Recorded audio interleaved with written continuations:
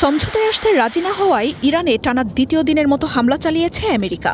দেশটির উপকূলীয় ও কৌশলগত গুরুত্বপূর্ণ সামরিক শহরগুলোতে আক্রমণের কথা নিশ্চিত করেছে আমেরিকার সেন্ট্রাল কমান্ড। একাধিক বিস্ফোরণ ঘটেছে কারাজ ও তেহরানে। টমাহক মিসাইলের শক্তিশালী আক্রমণে ইরানকে গুঁড়িয়ে দেওয়ার দাবি করেছেন প্রেসিডেন্ট ট্রাম্প। ইরানকে যুদ্ধবন্ধের চুক্তিতে সম্মত করতে এই হামলা বলে দাবি করেছেন আমেরিকার যুদ্ধমন্ত্রী পিট হেগসেট। সমঝোতার জন্য প্রেসিডেন্ট ট্রাম্প তেহরানের শীর্ষ নেতৃত্বের সাথে সরাসরি ফোনে কথা বলছেন বলে দাবি ওঠে। তবে এসব তথ্য নাকচ করে দিয়ে হামলার পাল্টা জবাব দিয়েছে তেহরান। মধ্যপ্রাচ্যে আমেরিকার ঘাঁটিগুলোতে দফায় দফায় হামলা চালায় আইআরজিসি। কুয়েত, বাহরাইন সহ অঞ্চলটিতে ওয়াশিংটনের 18টি লক্ষ্যবস্তুতে আঘাতের কথা জানাচ্ছে বাহিনীটি। জর্ডানে আমেরিকার F-35, F-15, F-16 ফাইটার জেটের বহর লক্ষ্য করে 12টি ব্যালিস্টিক মিসাইল ছুড়েছে বাহিনীটি।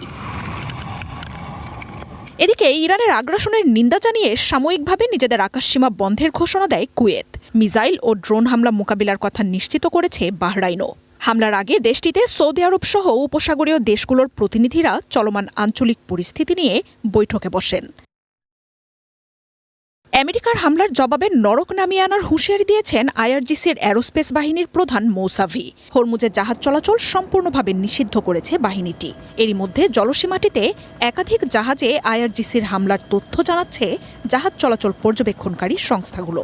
হরমুজে আমেরিকা ও ইরানের বাহিনীর মধ্যে ব্যাপক সংঘর্ষ হয়েছে বলে জানিয়েছে আল জাজিরা।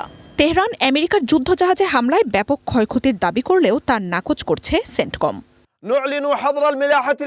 এদিকে ইরান আমেরিকার বেড়ে চলা পাল্টাপাল্টি সংঘাতে হুঁশিয়ারি দিয়েছে তেহরানের মিত্র গোষ্ঠী ইয়েমেনের হুথি বিদ্রোহীরা।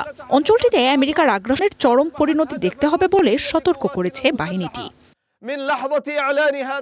হামলার মধ্যেও দুই দেশের যুদ্ধবিরতি আলোচনা চলছে বলে জানিয়েছে CNN। বুধবার কাতারের মধ্যস্থতাকারীরা তেহরানে পৌঁছান বলে জানায় গণমাধ্যমটি।